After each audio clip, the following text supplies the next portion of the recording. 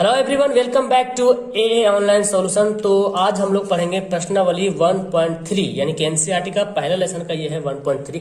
इस तरह से इस वीडियो में हम 1.3 का टोटल एनसीईआरटी का सवाल का क्वेश्चन पढ़ लेना, ठीक है। तो चलिए स्टार्ट करते हैं, टाइम वेस्ट नहीं करना है। सबसे पहला सवाल यहाँ पे सिद्ध कीजिए कि √5 एक अपरिमेय संख्या है। एक ही सवाल एनसीईआरटी में ऐसा दिया हो, बाकी जो दिया हो बहुत आसान तरीके से बनाने वाला है। तो ये थोड़ा सा लॉन्ग होता है, लेकिन कुछ भी नहीं, लिखने में जो टाइम लगेगा बट आपको समझना है, ठीक है ना। जब समझ जाएंगे तो आराम से लिख लीजिएगा। जब कुछ आदमी कोई चीज भी समझ लेता है, कुछ चीज, तो उसको आराम से जितना देर चाहे, जितना पन्ना चाहे उतना पन्ना लिख सकता है, समझने भर दे रहे, ठीक है। तो आपके सवाल में ये तो एनसीईआरटी का क्वेश्चन दिया हुआ है। आप एग्जाम में √5 के यहाँ पे √3 भी दे सकता है, √2 भी दे सकता है, लेकिन √5 जो है ज्यादा देखने को मिला है, ठीक है ना। इसलिए आप इसको ध्यान से देखेंगे। तो ये √5 के यहाँ पे जो √2 भी रहेगा तो उसी कंडीशन से बनाएंगे, √3 भी रहेगा उसी कंडीशन से बनाएंगे। बनाने के तरीके बहुत अलग अलग है, मैं आपको अलग तरीके से बता रहा हूँ, शायद आपको पता भी होगा, और नहीं पता तो देखिए बहुत आसान सा सवाल है। चलिए यहाँ पे करते हैं हम लोग हल। यहाँ पे हमको सिद्ध करना है, ठीक है ना, कि √5 एक अपरिमेय संख्या है। सबसे पहला काम करना है मानना हमको, जो कि आपको पता है, ठीक है ना। माना कि क्या मानना है? माना कि √5 एक परिमेय संख्या। हमको परिमेय संख्या मानना, जस्ट इसका उल्टा मानना। सवाल में आप परिमेय ही सिद्ध करने के लिए देगा, परिमेय सिद्ध करने के लिए कभी नहीं देगा, ठीक है ना। तो हमको क्या मानना है? माना कि √5 एक परिमेय संख्या। ओके, जब परिमेय संख्या मान लिए तो जो परिमेय संख्या होता है वो कैसा होता है, यानी कि √5 जो हो गया किस रूप में हो गया? P/Q के रूप में हो गया, ठीक है ना। ये तो समझ में आ रहा। जब भी कोई भी परिमेय संख्या होगा P/Q के रूप में होना ही होना है। अब यहाँ पे देखिए, जो P/Q जो देख रहे हैं, ये जो √5 जो है इसके बराबर आ रहा है, क्योंकि हम इक्वेशन मान लिए हैं कि ये दोनों बराबर है, P/Q के रूप में है √5। अब जो P और Q जो यहाँ पे देख रहे हैं, तो यहाँ पे हमको लिखना पड़ेगा, ठीक है ना। लिखना ये पड़ेगा कि P तथा Q एक धन पूर्णांक है। ये तो खैर ठीक है। दूसरा जो लाइन है वो लिखना है, यहाँ पे दो टाइप से दूसरा लाइन लिख सकते हैं, ठीक है। हम दोनों टाइप से बता दे रहे हैं, आपको एग्जाम में एक ही यूज करना है, ठीक है ना। लिखते हैं यहाँ पे तथा कर देते हैं, यहाँ पे तथा P एवं Q में कोई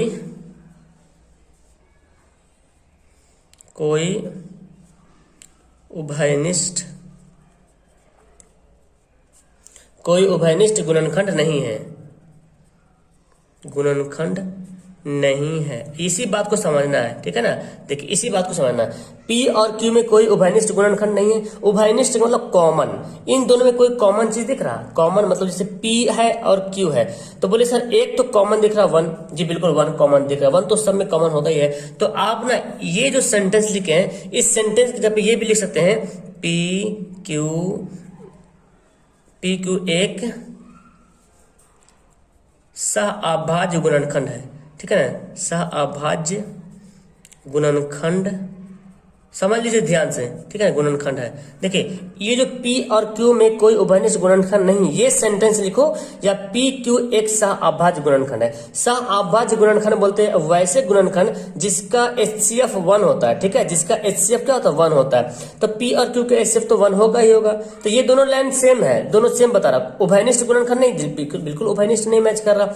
और सहअभाज्य गुणनखंड बोलते हैं जिसका एक HCF होता है। तो इतनी बातें आप ये वाला लाइन ये तो लिखना है, ये लिखो चाहे ये लिखो, दोनों में से कोई एक लिखना है, ठीक है ना। अब जब यहाँ पे कर दिए तो अब यहाँ पे क्या करते हैं, दोनों को वर्ग करेंगे, ठीक है ना।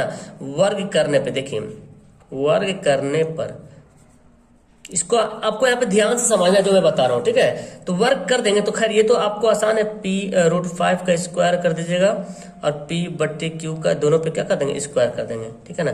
तो √5 का स्क्वायर तो 5 हो जाएगा, और यहाँ पे क्या हो जाएगा? P²/Q का स्क्वायर। अच्छा 5 के नीचे तो 1 छुपा हुआ है ना। 5 के नीचे क्या छुपा हुआ? 1 छुपा हुआ है।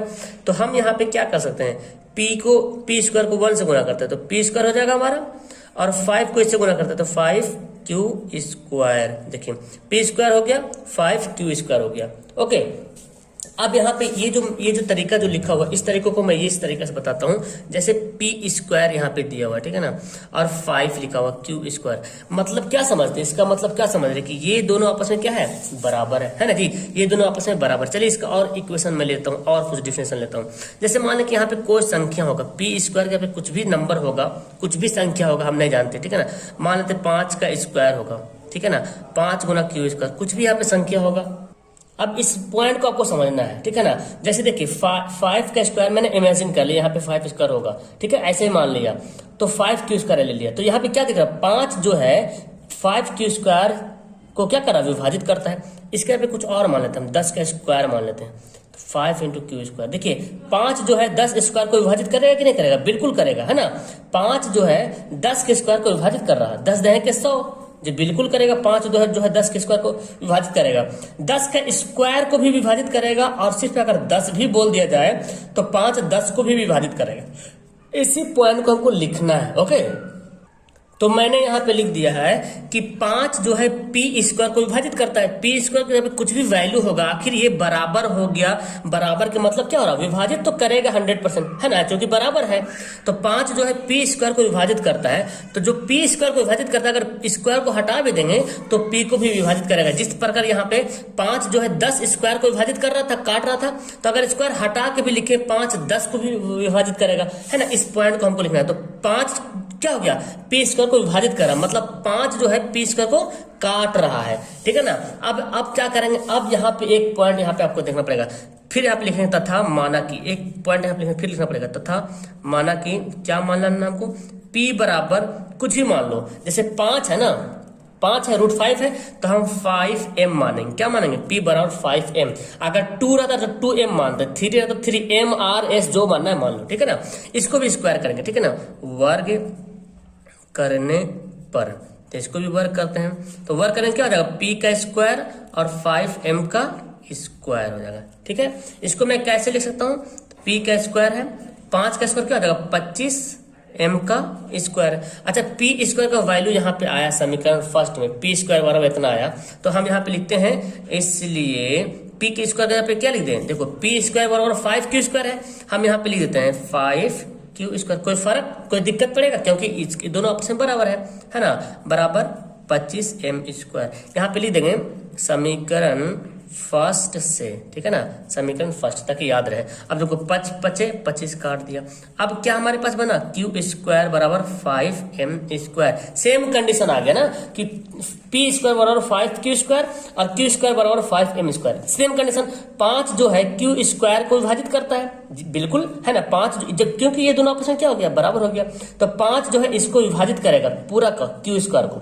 तो मतलब अगर क्यू भी लिख देंगे तो वो भी विभाजित करेगा, दोनों को करेगा। तो इस पॉइंट को फिर यहाँ पे लिखना पड़ेगा।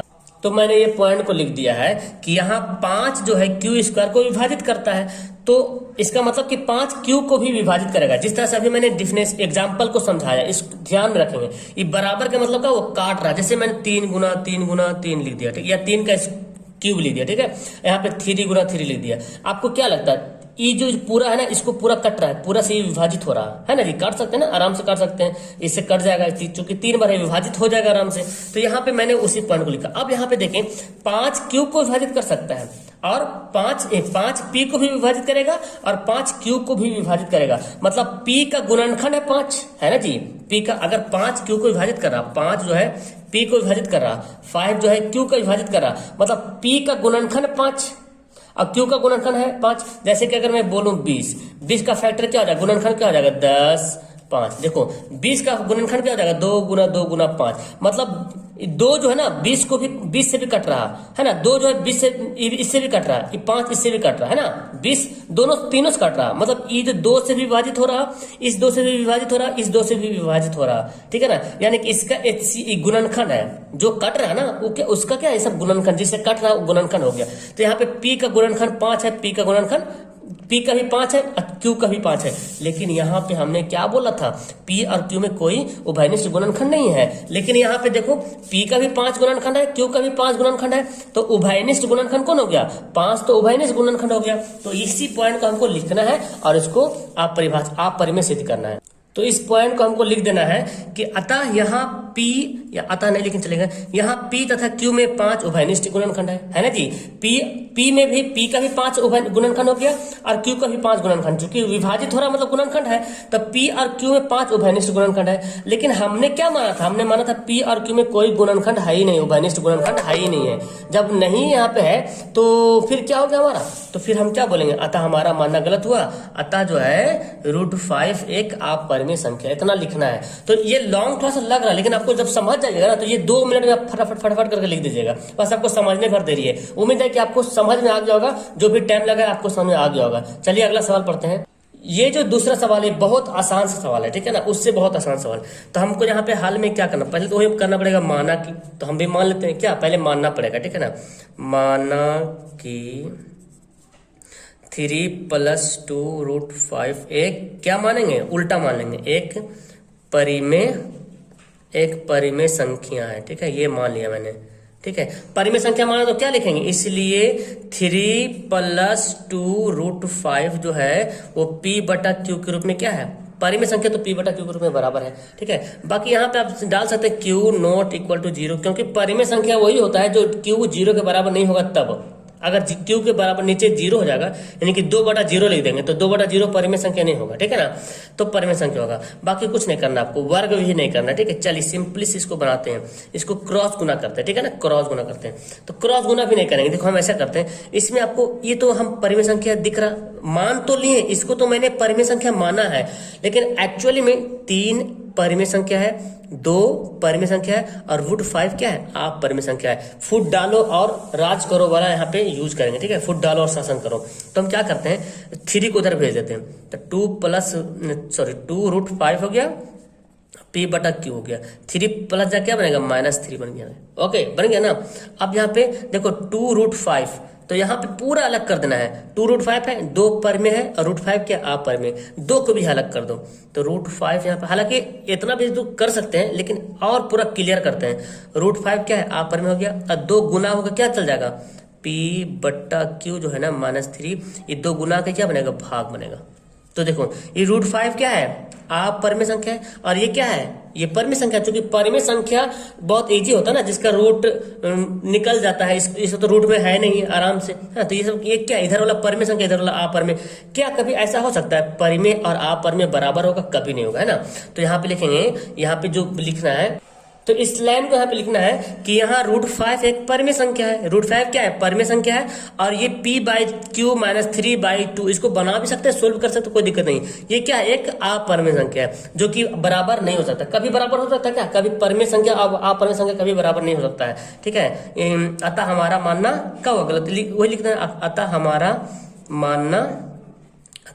मानना गलत हुआ, ठीक है, अतः हमारा मानना गलत हुआ, है ना। लिखते अतः जो है 3 + 2 √5 एक क्या है, अपरिमेय संख्या है, ठीक है ना, अपरिमेय संख्या है, बस हो गया।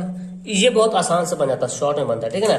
सेम कंडीशन 3 नंबर सवाल दिया, 3 नंबर में 3 सवाल दिया, क्वेश्चन नंबर 3 में 1 2 3 करके 3 दिया हो, तो इसको भी इसी प्रकार बनाएंगे, आराम से बनाएंगे, ठीक, इसको भी इसी प्रकार से बनाएंगे।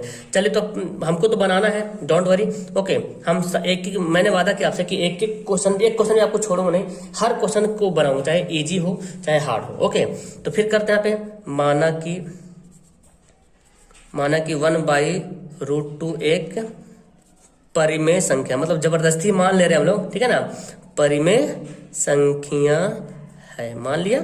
तो इसलिए 1/√2 जो है किसके बराबर हो जाएगा, P/Q के बराबर हो जाएगा। ज्यादा यहाँ पे लिख सकते हैं Q ≠ = 0, है ना, जहां Q ≠ = 0, ओके।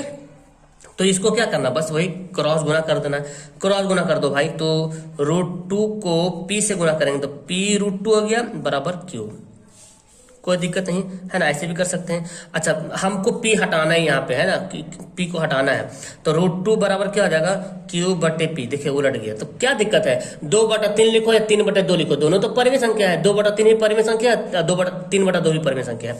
अब यहाँ पे देखो √2 क्या है, अपरिमेय है, और ये क्या है, परिमेय है, जो कि आपस में कभी बराबर नहीं हो सकता है। तो फिर यही सेंटेंस को हमको लिख देना है कि यहाँ √2 एक अपरिमेय संख्या है, देख रहे √2 क्या है, अपरिमेय संख्या है, और Q बटा P एक परिमेय संख्या है जो आपस में कभी बराबर नहीं हो सकता, कभी बराबर नहीं, परिमेय अपरिमेय कभी बराबर नहीं हो सकता है, अतः हमारा मानना गलत हुआ, अतः 1/√3 एक अपरिमेय संख्या है, ठीक है ना। तो तीसरा का पहला सवाल बना, तीसरा का दूसरा, और तीसरा भी इसी तरह बनेगा। तो फिर हमारा सवाल दे दिया है ना, इसको हल करते हैं। सवाल सीख लेना आपको, ठीक, कैसे बना, एक सवाल तो कंफर्म रहेगा यहाँ पे। तो यहाँ पे लिखते हैं माना कि, सेम बात लिखते हैं, माना कि 7√5 एक, आपको समझ में आ गया होगा, ठीक है ना, अपरिमेय संख्या है। सबको आपको नोट्स बना लेना है, कॉपी में लिखना है, ठीक है ना, अगर लिखा हो तो ठीक है। इसलिए 7√5 बराबर क्या हो जाएगा, P/Q हो गया। अब यहाँ पे क्या करेंगे हम, क्रॉस गुना कर लो, यहाँ पे देखो इसके नीचे 1 छुपा हुआ, क्रॉस गुना कर लो, तो P को यहाँ से गुना करेंगे P, और यहाँ पे क्या करते हैं, छोड़ो यहाँ पे ऐसे कुछ मत करो, 7 को उधर ले जाओ, फिर तो उल्टा हो जाएगा ना। हमको परिमेय और अपरिमेय को अलग अलग करना, बंटवारा करना, ठीक है ना। 7 परिमेय संख्या है और √5 क्या है, अपरिमेय संख्या है। 7 परिमेय, √5 अपरिमेय। तो हम क्या करते हैं, √5 बराबर क्या लिख सकते हैं, P बटा जो Q है, इस 7 भी कहाँ गुना में आके क्या चल जाएगा, भाग में चल जाएगा, 7 यहाँ पे बन जाएगा, है ना जी। ये 7 भाग में, गुना में जाकर बनेगा, भाग बनेगा। तो √5 परिमेय हो गया, ये √5 अपरिमेय हो गया, ये क्या हो गया, परिमेय हो गया। तो वही बात को यहाँ पे लिख देना है। तो यहाँ पे मैंने लिख लिया, यहाँ √5 एक अपरिमेय संख्या है, P/7Q एक परिमेय संख्या है, जो आपस में बराबर हो ही नहीं सकता, बिल्कुल बराबर नहीं हो सकता, क्योंकि परिमेय अपरिमेय बिल्कुल अलग अलग है, दोनों बराबर नहीं हो सकता। अतः हमारा मानना गलत हुआ, 7√5 एक अपरिमेय संख्या। बस इतना ही लिखना है, कुछ नहीं है, आपको इतने में नंबर मिलेगा, डोंट वरी। 2 नंबर वाला सवाल में, 2 नंबर वाला क्वेश्चन में ये सवाल आता है। ओके, ये सवाल देखो इस टाइप का, इसको ही मैं बनाता हूँ, आप चाहो तो वीडियो को पॉज करके खुद से बना के मिला सकते हैं। ओके, तो हम क्या करेंगे, पहले मानते हैं यहाँ पे, चलिए हल करते हैं यहाँ पे, है ना। माना कि, क्या माना कि 6 + √2 एक क्या है, सॉरी तो परिमेय, ये परिमेय संख्या है, अपरिमेय संख्या है। इसी तरह से मैं एनसीईआरटी का हर लेसन, हर एक्सरसाइज को एक वीडियो में लाके प्रोवाइड करूंगा। जब पूरा एक्सरसाइज खत्म हो जाएगा तो सब एक्सरसाइज को मर्ज करके एक बार मैं प्रोवाइड करूंगा। जो बच्चा नहीं देखे उसको देख लीजिएगा, ठीक है ना। इसलिए 6 + √2 जो हो जाएगा, किसके बराबर हो जाएगा, P/Q। ये तो पहले वाला सवाल की तरह आ गया जो पहले बनाया था अभी। तो यहाँ पे हम क्या कर सकते हैं, 6 को इधर भगा दो, P यहाँ पे क्या हो जाएगा, √2 बचेगा, यहाँ पे √2, और यहाँ पे P/Q, और 6 प्लस में जाकर क्या बनेगा, -6। अब फिर यहाँ पे वही कंडीशन हो गई, सारी बातें वही सब लिखना है कि √2 एक परिमेय संख्या है, ये अपरिमेय संख्या है, ये परिमेय संख्या है, अतः ये दोनों आपस में कभी बराबर नहीं हो सकता है। तो यहाँ पे मैंने उन्हीं लाइन को लिख दिया यहाँ पे कि यहाँ √2 एक परिमेय संख्या है, सॉरी अपरिमेय संख्या है, तथा P/Q -6 एक परिमेय संख्या है, जो कि आपस में बराबर नहीं हो सकता है। या आप यहाँ पे कुछ भी लिख सकते हैं, जो आप यहाँ पे दूसरा लाइन भी घुसा सकते हैं कि √2 परिमेय संख्या है बराबर P/Q -6 एक, √2 एक अपरिमेय संख्या है, P/Q -6 एक परिमेय संख्या है, जो संभव नहीं, क्योंकि बराबर आप बोलिएगा वहां पे, है ना, बराबर है तो संभव कभी हो सकता नहीं, संभव नहीं यानी कि असंभव है। असंभव का मतलब क्या हुआ कि ये हमारा मानना ही गलत हो गया, क्योंकि परिमेय और अपरिमेय कहीं बराबर हो नहीं सकता है, जो कि यहाँ पे दिख रहा कि ये बराबर है आपस में, जो कि हो नहीं सकता, ठीक है ना। तो हमारा मानना भी गलत हुआ, या हमने जो माना वो विरोधाभास है। तो ये जो 6 + √2 एक क्या है, अपरिमेय संख्या। बस यही करना है, डोंट वरी। आपको यहाँ पे एक्सरसाइज 1.3 यहाँ पे लास्ट हो गया। कैसे लगी आपको ये क्लास, समझ में आ गया पूरा क्वेश्चन, तो नीचे कमेंट करना। इसी तरीके से मैं सब एक्सरसाइज को 1 by 1 करके आपको फिनिश करके यहाँ पे दूंगा। Okay, don't worry. चैनल पे जुड़ जाए, जो नहीं जुड़े हैं चैनल पे जुड़ जाए, चैनल को सब्सक्राइब करें, वीडियो को लाइक करें, अपने दोस्तों को शेयर करना मत भूलिएगा। ओके, कुछ समझ में नहीं आया हो तो नीचे कमेंट करेंगे, और अगर समझ में आया हो तो भी कमेंट करके मुझे बताएंगे। Okay, bye.